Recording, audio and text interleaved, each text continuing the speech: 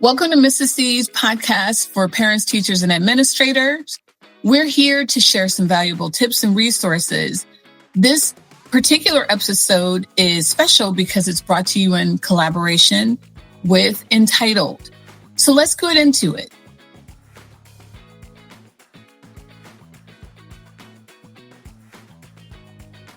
Well, thank you so much, Ms. Gomez, to have you in conversation with me for what we hope to release for our celebration of Hispanic and Latino Heritage Month.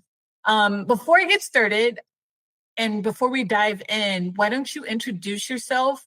Tell us who you are. I love for people to say their own name so that we can hear it pronounced correctly, and what you do. Okay. Well, thank you so much, Ms. Carter, for inviting me. My name is Maritza Gomez. I am a business owner, one of the many hats that I wear, but today I'm wearing my business owner hat. I started MG Custom Printing back in 2014, so we get to celebrate 11 years this September. And thank you for inviting me as being part of, your or the school's Hispanic Heritage and Latino Month, because that's when we celebrate ours in September. So I think it'll be it's a great opportunity for me to share my story, as I would like to say, as little Maritza growing up, like with my background and everything else. So that's a little bit about me. Short intro. Excellent. And so we talked very, very briefly about the official Hispanic and Latino Heritage Month versus Oak Tree. The official isn't the full month, but I wanted to make a full month. And so we move when we celebrate up a little bit so that we can have our end of the summer kind of go out with a bang and have a fiesta where we celebrate different elements of Latino heritage and Hispanic heritage. And so I think we're going to try to get you in our month of celebration. And I think that's really important, especially as you talk about your background. And I know why that might be important to you, but why don't you share a little bit about why recognition of Latino and Spanish-speaking populations' heritage is important to you? Yeah. For me personally, it's important because it reminds us there have been a lot of generations before me or before us that have really worked really hard, for this generation to have what it has. I know that's not the case with, many individuals. Every story is a little bit different. But for me, coming from Mexico, I was born in Mexico. I came to the U.S. when I was young. I was 9 years old when I was brought to the U.S. So most of my education was here. And when we bring our kids so young, or like let's say under 10, where our elementary years are here in the U.S., sometimes we start losing some of that culture. Mm-hmm. And that's what happened to me. I started losing my culture, and honestly, I didn't reconnect with my culture until maybe, what year was it? Maybe 2015. Where I feel comfortable saying I'm a proud Latina. I'm from Mexico, and even my Spanish. My Spanish, when I speak Spanish, I have an accent. So that's why it's very important for me to, to celebrate. And I appreciate you celebrating, even if it doesn't matter what month it is.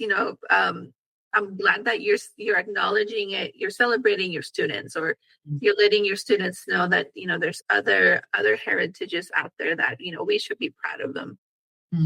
So what spurred your reconnection? It was when I started my business, I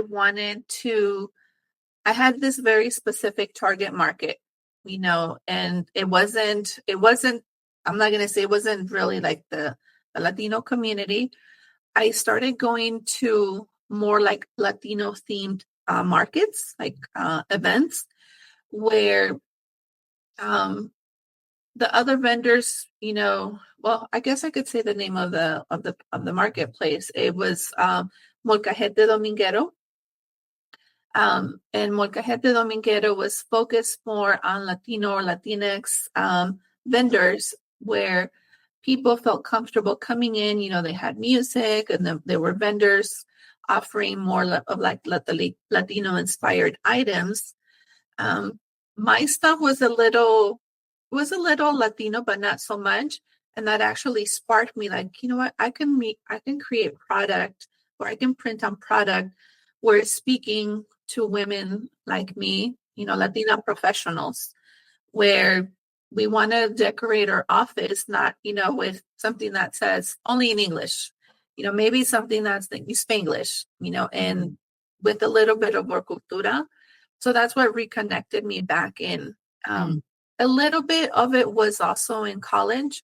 I took, it was, I don't remember what class it was, but it actually started opening up my eyes a little bit. Like, as I mentioned, a lot of my culture was kind of lost because I don't think that we teach, at least in public schools, they teach us enough about other countries. It's only like maybe a week of, and not as much. So, um, yeah, that's how that's how I was able to reconnect. And right now, I mean, yeah, I love it. I'm comfortably watch novelas, one to improve my Spanish, listen to audiobooks in Spanish. You'll probably catch me, um, you know, with my radio kind of loud when I'm driving, proudly listening to music, of course, in English and Spanish. But yeah. Something that you said really kind of caught my attention. And that's this whole idea that, so, the United States is here, we have Canada and we have Mexico, and we're literally attached to those places and learn nothing about those places. We learn about European history. We learn about everyone knows about the Middle Passage and the slave trade. We know all about the Holocaust, like all the atrocities, but we never learn just, what makes a Canadian Canadian? What makes a Mexican Mexican? And so if you could kind of go back and rewrite history, like the class, not history that we live, what kinds of things would you have wanted to know as a little girl? Yeah. For me, I think I would want to know, like, who were we'll call them the natives that were, that lived where my ancestors lived, you know, um, what is known as a specific, country or city now, before it was known, it had a different name. Mm. Um, and I think also just, I would also have wanted to know that, you know, like in Mexico, it's called Estados Unidos Mexicanos, and here in the US, it's United States of America. So the only difference is, yeah, it's America and Mexico. I mean, Mm. in Canada, I wish to one day, know more about it. I think the little that I know is, for me, it's still kind of hard to picture when I'm thinking Ontario, I think it's like, oh, it's right above Oregon, or, right, on the West Coast. But no, it's actually, and correct me if I'm wrong, it's actually on the East Coast. So, I mean, for me personally, there's still a lot to learn, but it Mm. would have been nice, to learn about our neighbors, Mm. during, yeah, during like, my school years. I mean, even the fact that we don't know that it's the United States of Mexico, you know. So in other words, there's states in Mexico, and their evolution was followed a trajectory very similar to how our states came together. Even knowing that, is something that most people don't know or can't even articulate. How, as a business person, when you're at that market and you're around other people, How do you experience that with this new evolution of, searching your cultural identity? Because 2015 is not that long ago. So what kinds of discoveries are you making, and tell us about it? Yeah. So one of the items that we would sell is, what we call ethnic wear, or like the faldas folclóricas. Mm. So for me, it was, and it's going to sound very generic, and I'm pretty sure some audience might be like, oh my gosh, why didn't you know that? But with the faldas folclóricas, my mom would make them. And sometimes we would get individuals or clients asking, do you have one from Sinaloa? Do you have one from Michoacan? Do you have one from Zacatecas? Just in each of the different states, there's different, I don't want to say cultures, but there's different, we'll say themes. Identities, just like Texas and Arizona versus Connecticut, like they have their own identities. Got it. Yeah. And especially with the faldas folclóricas, it Mm. was a different, it was something different. It was still like, the big skirts, but each color, each pattern was something different. So, I mean, honestly, I still have a lot to learn, Mm. about my roots. I just know the little bit that, not even the little bit that my mom has taught me, because in my case, my mom, and I'm pretty sure, maybe some of the audience can relate. I'm an immigrant, so I'm not a first generation. So I'm an immigrant. So my mom actually only finished up to maybe third grade, Mm. and then she had to work, go and work with my grandparents. So even that, she wasn't able to really show me a lot of my culture, because she didn't get to experience it, from her parents and so on. So some of that misconception or misinformation of our culture can also come from the different generations behind us. So I still have a lot to learn, and Mm. I hope to learn also, maybe from your audience as well, depending who the other participants that you interview. Mm. So when you came to the United States at 9, can you talk about a little bit about that story and what facilitated it and where you actually found yourself? Yeah. So when I came to the US, the little that I remember, um, and it's gonna sound kind of weird without me getting emotional. Um, I actually don't remember much of my life in Mexico. I Mm. think my brain blocks so much of Mm. it. I remember little bits and pieces, or what Mm. people tell me. But what I do remember is my life here in the US. Mm. So for me, in my mind, in my brain, my life is here. Mm. When I came to the US, it was, let's just say that we were chaperoned across the border. We'll just put it that way.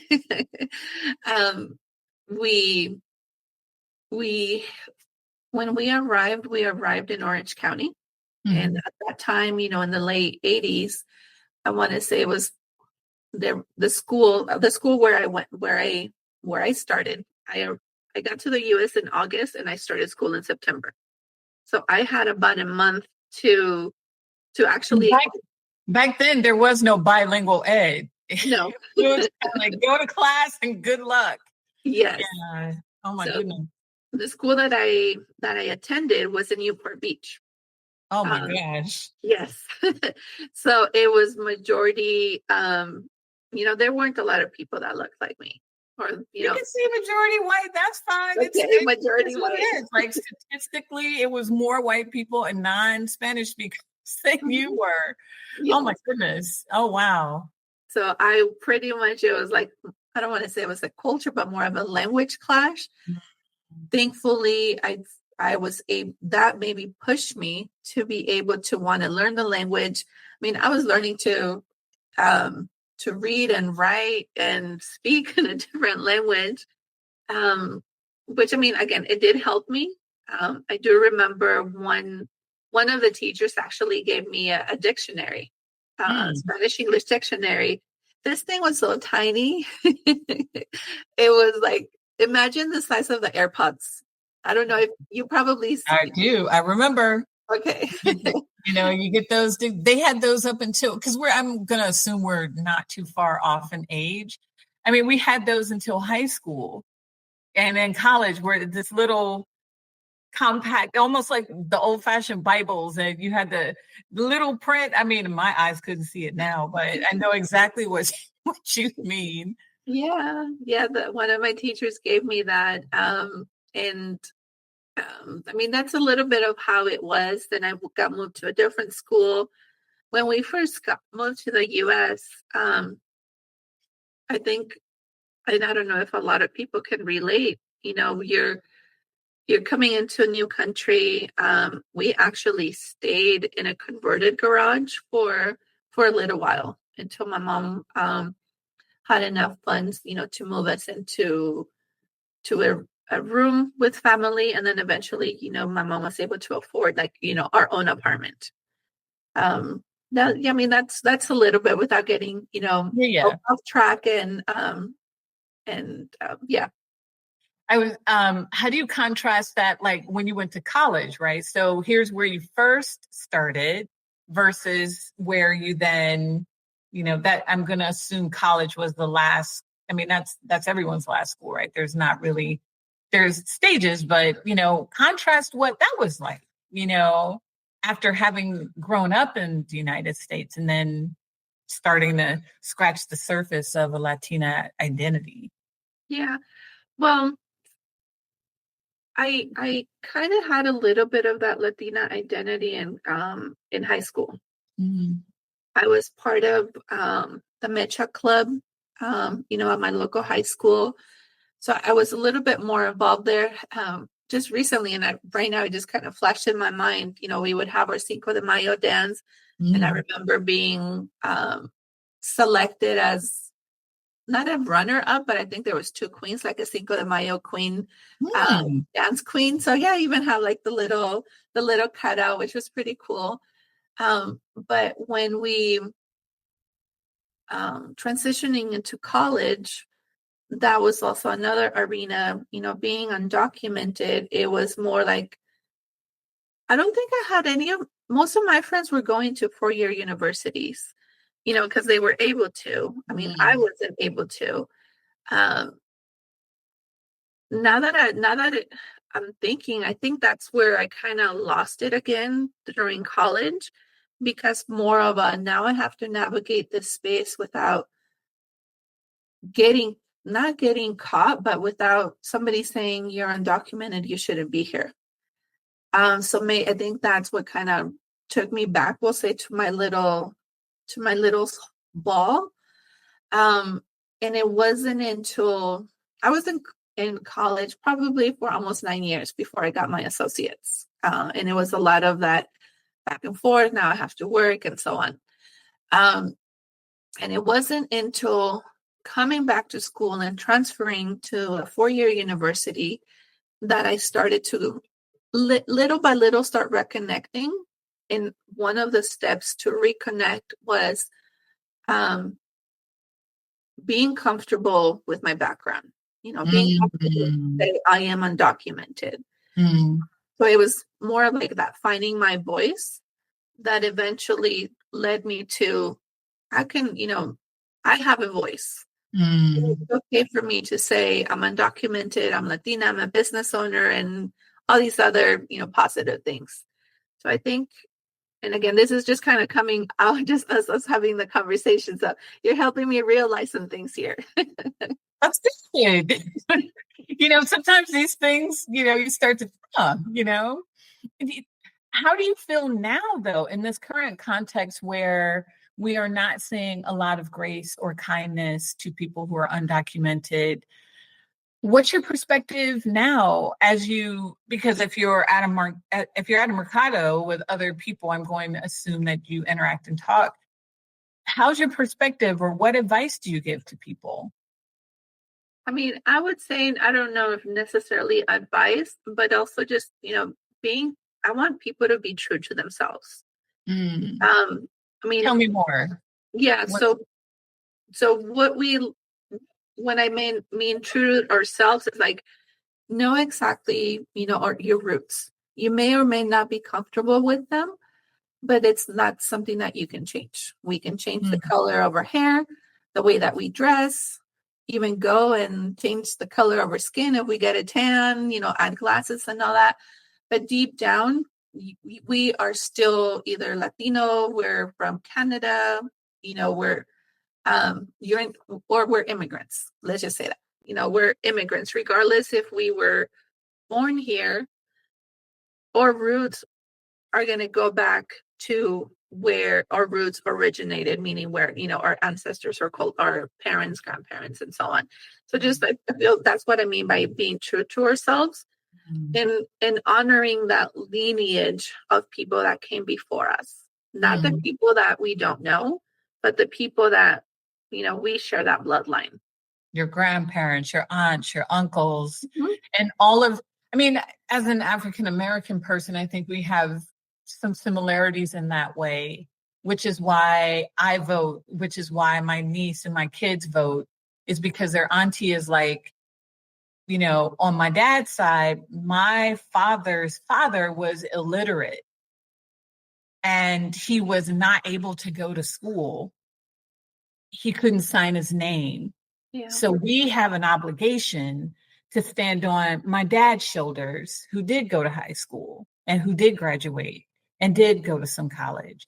And then they stand on my shoulders so that they can, and that's how we literally build ourselves up.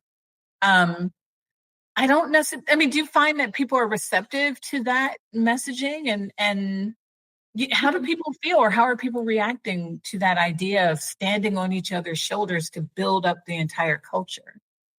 I I I think that sometimes people forget that.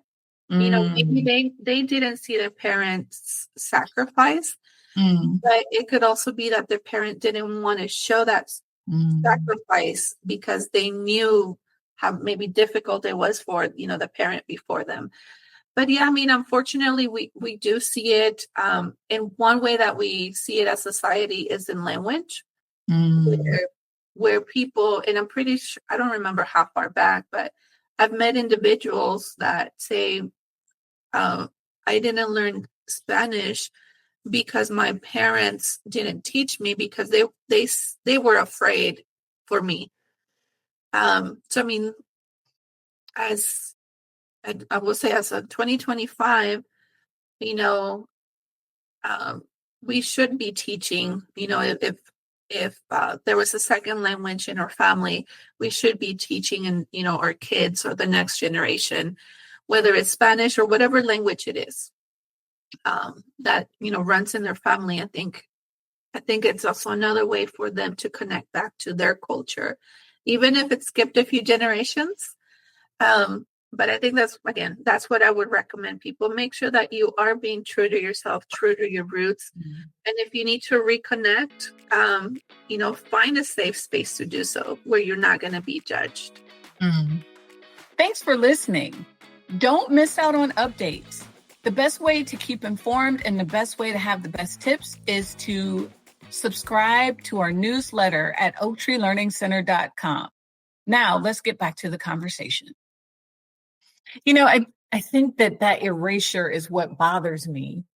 It can be an and not an or, right? So our country, bring me your tired, your poor, your huddled masses. And that all the richness that those people bring and all of the work ethic and the culture and the food, the dance, the storytelling, even, And so for me, it's really important for our parents to embrace whatever culture they have and pass that on to their children. And we try to give space for everyone to feel like their culture and their identity is validated.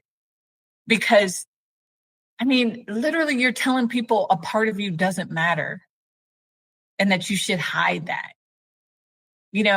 So what perspective can you give me to do that better, to be a better steward, to give more space for people who are immigrants or just different in whatever way?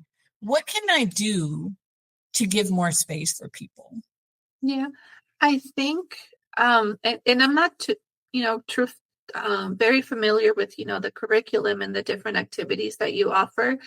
But what's coming to my mind right now is possibly having like culture nights. Not necessarily only Latino or, you know, just just having different culture nights where of course it's Latino, Middle Eastern, and in those culture nights, possibly inviting the parents, bring your favorite dish from your country. I'm getting hungry. Or even, in the current space that I'm at, one of the hats that I wear, I interact with different people from different cultures. I recently got introduced to Ethiopian food, like, and to that I Ethiopian food. love Ethiopian food. Yeah. So I think going back to your question is possibly offering a culture night where it's um, a movie in that specific language. If you need subtitles, put subtitles. But sometimes for me personally, I like to listen to the different accents. I one of the things, like I mentioned, that I watch are things in Spanish, but not only Mexican Spanish, but Puerto Rican Spanish is Puerto Rican. whole, I'm in Ohio right now, and there's a large population of Puerto Rican people. I can't understand them. Just because, and it's the same when I go to visit relatives in deep in Demopolis, Alabama. That the accent is just so different that I feel I'm not studying Spanish already. So the different Yeah. accents.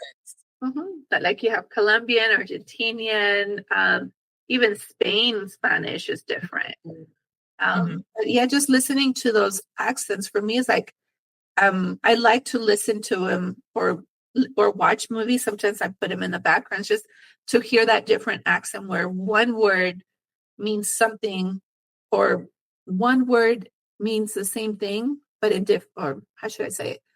Different words have the same meaning. There you go. Yeah, which is kind of cool. So I think a culture night would be kind of nice, whether it's a movie, dinner and a movie, a cultural dinner and a movie. There you go. So what do you do to connect with your culture more?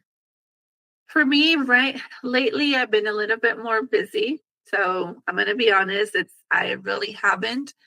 But it would be um, reading or listening to audiobooks, um, attending cultural events.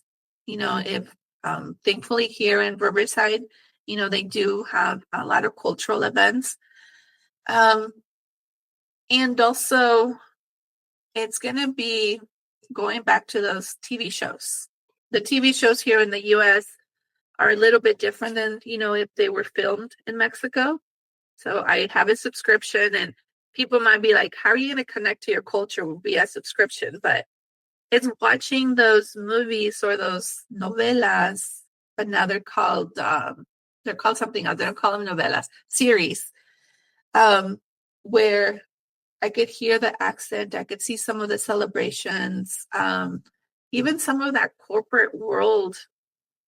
I could semi experience it via a movie or a series on whatever platform in Mexico.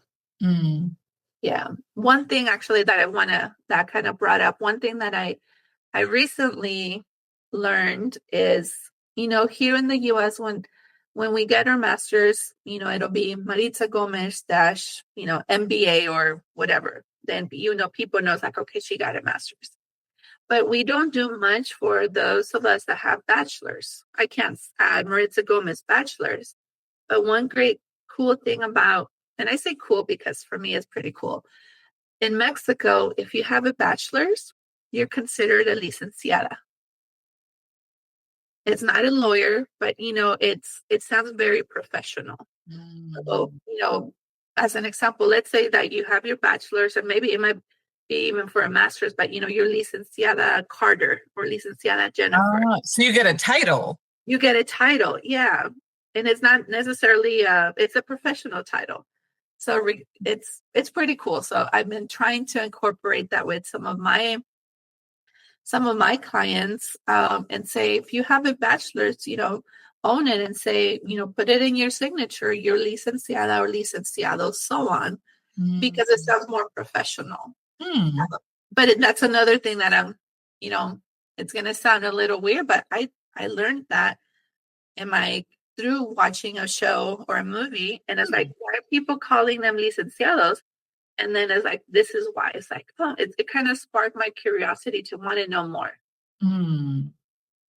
So do you have that as a tagline for you? Um, um, for me personally, I don't do signatures like even on my business or on my personal. On one of my other hats that I wear as a business counselor, I really haven't added it because it's more of a Spanish. I see. The Spanish title, yeah. But it's kind of, it's almost like within every culture, there's like an unspoken way that you speak to each other. I remember this thing where I was watching Kamala Harris, and she was being interviewed by someone who was another Black woman. And they had a whole conversation without saying any, like sharing looks. And I was like, it like watching this conversation, it's almost like sign language. And so I think things like that, is like that title is like that, where it's almost like code for you're safe with me. I get your culture, I get who you are, you're safe here, And what a lovely, thing to know, to invite people to say you're safe here. Yeah. Um, as a child, is there anything that you wish that could have made your transition into your cultural identity easier, or you know like what would you have wished for, as we're talking to parents, what would you have wished that you had as a little girl, so that little Maritza had a different or firmer foundation. Yeah.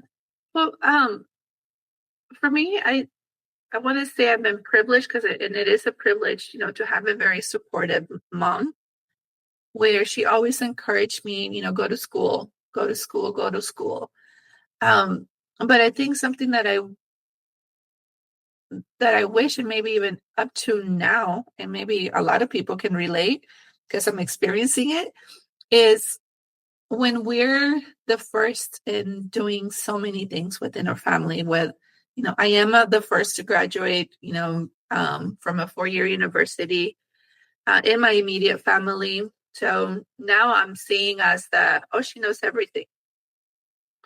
Um, Navigating that space where you're that go-to person. So, for parents, just because your child is getting the education here doesn't mean that they're going to know everything. Examples, I mean, yes, we can translate, but give us grace if we don't know this, how to file a court order, as an example. Like, yes, we can Google stuff, but it's like a lot of this stuff is new to us.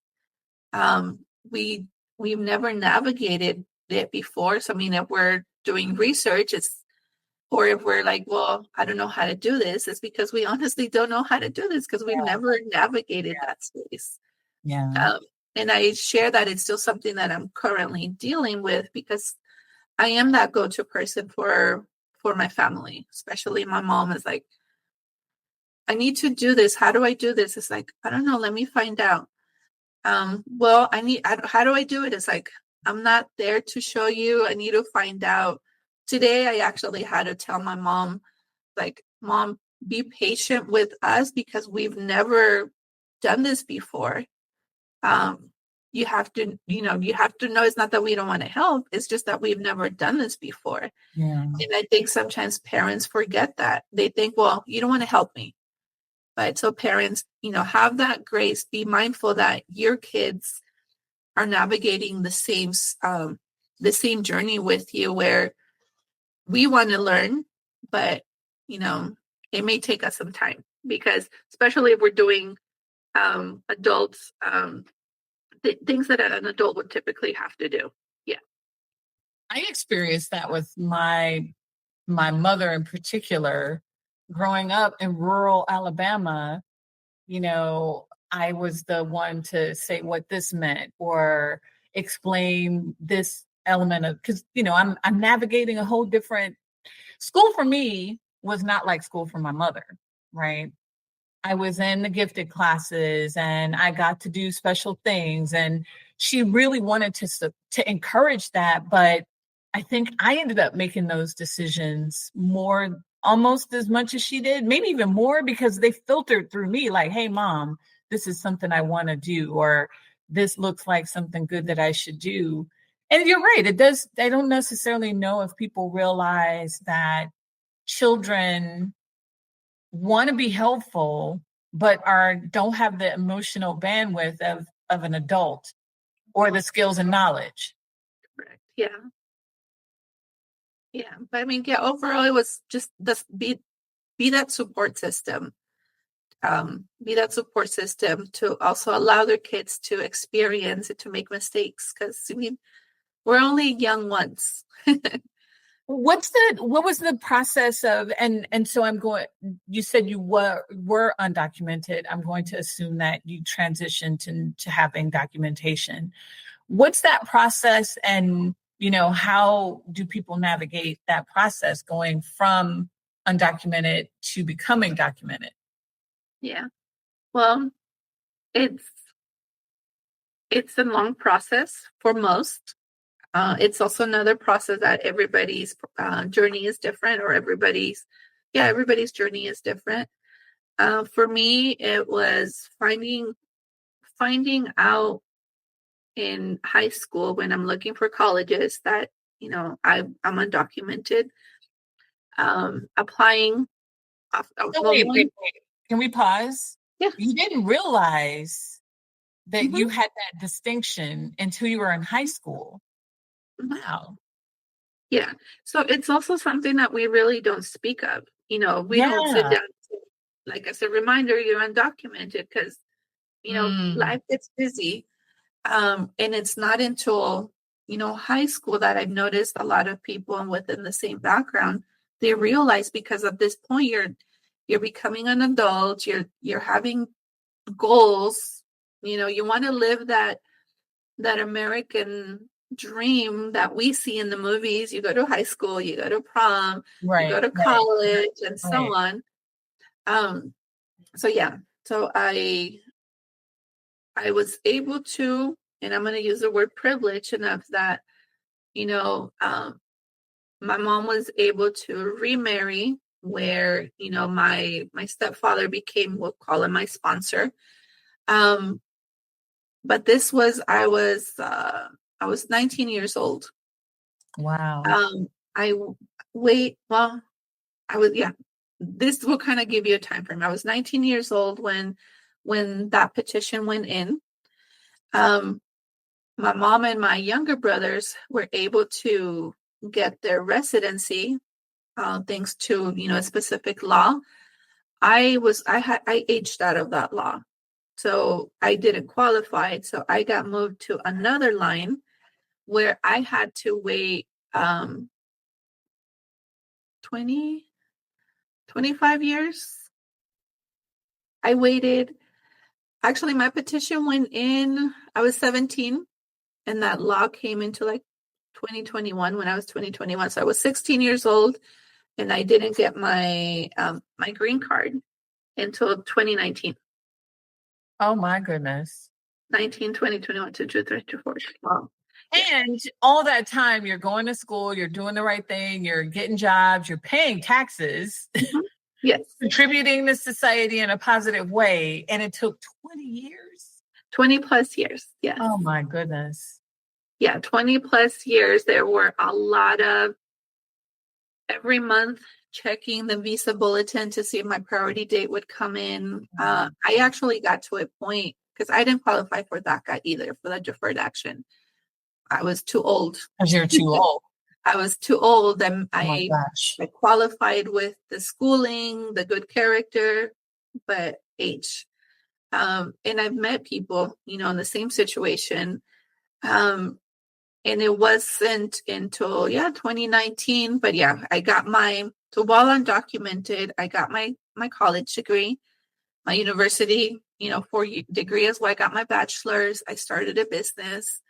The business was started more of, I need to create a job for myself because I don't know what my future looks like.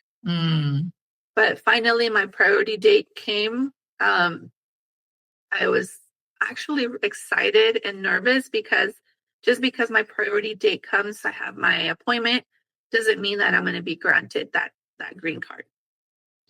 But thankfully, I did. That process was still very surreal.